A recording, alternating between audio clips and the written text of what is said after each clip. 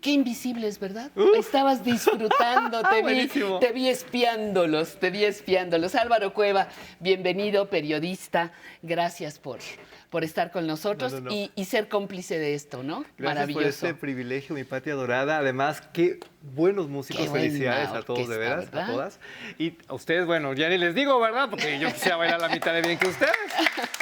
Felicidades. Muy bien. Es un privilegio estar con ustedes en casa. Y hoy tenemos una sección muy especial porque vamos a decir que es como la nostalgia de la nostalgia. Vamos a hablar de historia, vamos a hablar de cosas muy relevantes, de cosas muy divertidas, muy apasionantes. Y si no me creen, vámonos hasta 2006 Empezando. a recordar cómo era aquel programa que nos invitaba a ir hacia nuestros centenarios. Gócelo.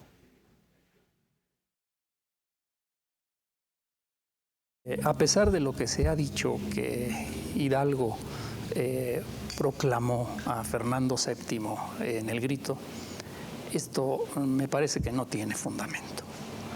Él lo que desde un principio planteó fue ciertamente la libertad y la independencia de lo que él llamaba la América.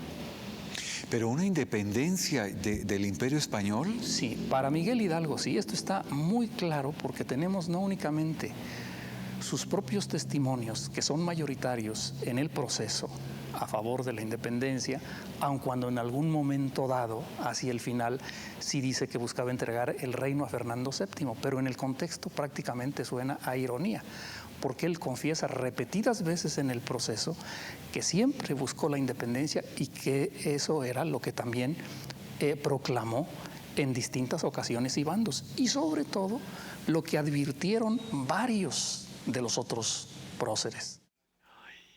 Este era un programazo, mi Pati.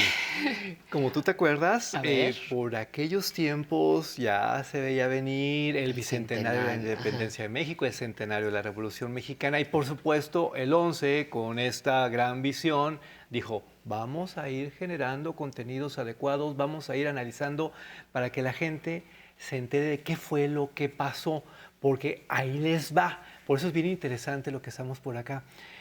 Hay muchas visiones de la historia, pero de repente como que algunas estratégicamente se olvidan o se van borrando. No, no lo permitamos nunca. Lo que ustedes acaban de ver, lo que acaban de oír, por ejemplo, sobre Miguel Hidalgo, no es lo que comúnmente se dice. Por eso es bien oportuno lo que sucede aquí y a las muestras me remito. Quiero que vean lo que viene a continuación, pero sobre todo que se sorprendan. Sorpréndanse con algo con lo que ya casi nadie se sorprende o se quiere sorprender. La historia. Aquí está.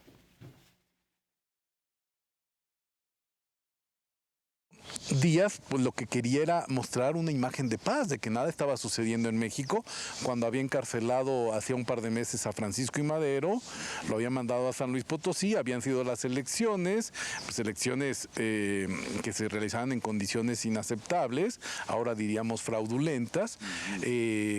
Madero está preso en San Luis Potosí, cuando el embajador alemán ve que hay varios manifestantes que enarbolan la fotografía de Madero, le preguntan a Federico Gamboa, oiga, ¿de qué se trata esto? Me dice, están festejando al presidente Díaz. Dice, pero ese señor tiene barbita, el del cuadro. Y entonces dice, es que antes de joven así la usaba el general Díaz. Y bueno, entonces la idea era ocultar lo que estaba sucediendo y en efecto la revolución va a estallar en los meses siguientes y en mayo de 1911 Porfirio Díaz tiene que huir del país, ¿no? ¿Qué me decías, Pati? A mí, a que me gusta mucho que se humanicen los héroes, es decir, que salgan de la fuerza en que los tienen los bronces, Sí. los libros oficiales, las camisas de fuerza de los bronces. Las estampitas. Y las estampitas que creo que ya no existen, cosa que es muy buena, porque ahí aprendías la historia, y te empieces a meter en la vida, valga lo que voy a decir, la vida humana de todos estos próceres, que si a uno le gustaba jugar a las cartas, que si otro los echaba su tequila, que si el otro era muy bailarín o muy mujeriego, o lo que fuera, que son personas, seres humanos extraordinarios, no dejan de serlo, pero tan humanos, tan defectuosos como cualquiera de nosotros. Además, qué padre que nos metamos también con los personajes que durante mucho tiempo fueron etiquetados como villanos. Porque en la historia no hay héroes ni villanos. Ustedes lo saben mejor que yo. Y esto, por ejemplo, de Díaz fue muy revelador. Pero espérense porque se pone mejor y es plan con maña porque al final les tenemos una sorpresa. Disfruten esto, disfruten.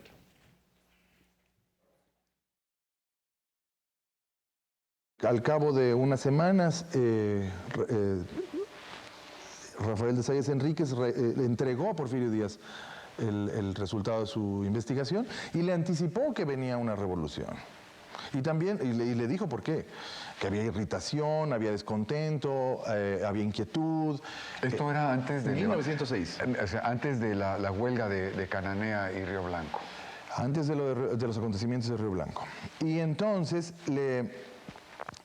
pero esta irritación y todo este descontento no tenían que ver exactamente con Porfirio Díaz, sino con su gente, con los llamados científicos. Y el final del diagnóstico de Rafael de Zayas Enríquez le dice a Porfirio Díaz que se avecina una revolución y que no cometa el error de Luis XVI, que él encabece la revolución, diciéndole también que permanezca él, pero que quite de su lado a todos estos políticos que son los que están lesionando su legitimidad. Pero con esto me quiere decir que la figura de Porfirio Díaz era muy respetada. Y temida. ¿Y perdón? Y temida. Y temida, ya. Sí, sí. Porque esto que tú nos comentas no iba tanto contra el presidente, sino como de quién se rodeaba el presidente. No, te cuento el final de la historia. Le entrega esto a Zayas Enríquez a Porfirio Díaz, sale de la oficina, días después lo cita el vicepresidente Ramón Corral y le comunica de parte del presidente Díaz que ha sido relevado de su comisión. Ah, ¿verdad?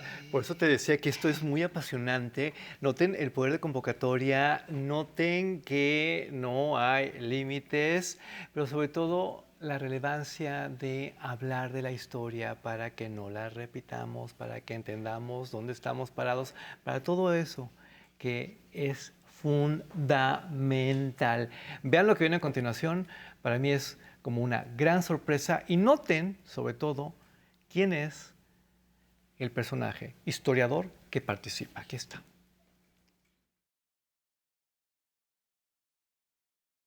Y en esta etapa juegan un papel muy importante los extranjeros, porque los extranjeros norteamericanos, ingleses, franceses, bueno, hasta españoles, observan la revolución con mucho interés. Finalmente la Revolución Mexicana es la primera gran revolución social del siglo XX, es anterior a la China, a la iraní, una serie de revoluciones, a la rusa incluso.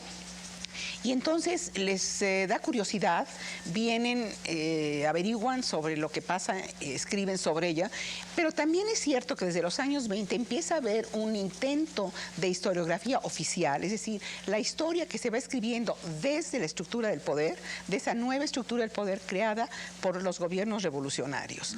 Y luego, claro, el cardenismo es un punto determinante en la historia de la Revolución Mexicana, no solo por ser la reconquista de la revolución, sino porque le da un sentido distinto a una serie de demandas campesinas e incluso yo me atrevería a decir hasta obreras, ¿no? Luego viene una etapa muy importante ya en el periodo, digamos, institucionalizado, que incluye los primeros 50 años de la Revolución, en que se escribe aquella historia que se llama 50 años de Revolución, el gobierno auspicia estos textos, sale un libro muy importante que es el de Jesús Silva Herzog, Breve Historia de la Revolución Mexicana, Mexicana, que empieza a competir con textos como el de Mancisidor, desde una versión, digamos, de izquierda, casi stalinista, o una versión muy de derecha, que será después el Deber Estañol. Y es entonces también cuando surge un interés por incluir, por acomodar todo el proceso de la revolución desde el punto de vista de fuentes. Eso es inteligencia. ¿Por qué le mencionaba esto del personaje historiador? Porque es una mujer. Ustedes se hagan memoria. En los medios privados, ¿cuántas historiadoras participaban antes del año 2000? ¿Cuántas participan ahora? Aquí es distinto, muy distinto. Tanto que, por favor, vean lo que hacemos en la actualidad. Aquí está.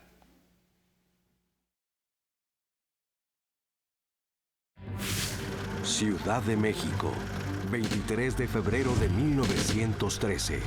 La capital despertó con la noticia de que Francisco I. Madero había sido asesinado al llegar a la penitenciaría de Lecumberri. Un traidor ocupaba su lugar en la silla presidencial desde hacía unos días. Era Victoriano Huerta, autor del golpe militar que derrocó al presidente electo democráticamente. Los poderes legislativo y judicial y casi todos los gobernadores de los estados le otorgaron su reconocimiento. Solamente uno, el de Coahuila, Venustiano Carranza, manifestó su inconformidad y cuestionó: ¿cómo se dio exactamente la renuncia y el asesinato de Madero? La pregunta resonó en el aire, y más cuando convocó a armar un plan para desconocer a Huerta y restablecer el orden constitucional. Era el Plan de Guadalupe el que iba a ser decisivo para conformar lo que hoy es México. Carranza, quien se encontraba en Saltillo, una plaza militar muy vulnerable por su cercanía con los contingentes federales de Monterrey y Torreón, salió de ahí y desde fuera lanzó sin éxito otros llamados a luchar contra Huerta. Antes, como gobernador, ya había pedido explicaciones a la capital sobre lo sucedido con Madero y Pino Suárez. Muero de amor con esto porque es absolutamente emocionante. Le decía a Pati que para mí es como ver una película de acción, como un juguetote donde las animaciones van, vienen y entonces le pone mucha emoción el locutor y aparecen las onditas y la historia se convierte en algo súper divertido, como siempre tuvo que haber sido, como siempre ha sido aquí en el 11. Ojo, esto fue conmemoraciones, pero tenemos cualquier cantidad de producciones que giran alrededor de la historia. Está Perspectivas Históricas 11, está Historias del Pueblo Mexicano. Consulten, por favor, en las páginas de internet los horarios, la programación, porque se van a volver locas y locos de placer como yo con lo que se hace aquí alrededor de la historia. Sobre todo ahora que hay un poquito más de tiempo, aprovéchenlo y vean estas piezas, estas maravillosas piezas que me llenan tanto de placer, que me llenan tanto de amor. Gracias, mi Pati, por permitirme hablar de esto que tanto adoro. Muchísimas gracias y yo creo que es importante reinterpretar la historia. Sí. Ahí están los personajes, pero con todos los recursos que tenemos hoy, diferentes para hacer una realización, por ejemplo, también hay otros recursos de investigación. Sí. El tiempo ha pasado y se vale actualizar eso, ¿no? Bien dicho. Muy bien. Muchísimas gracias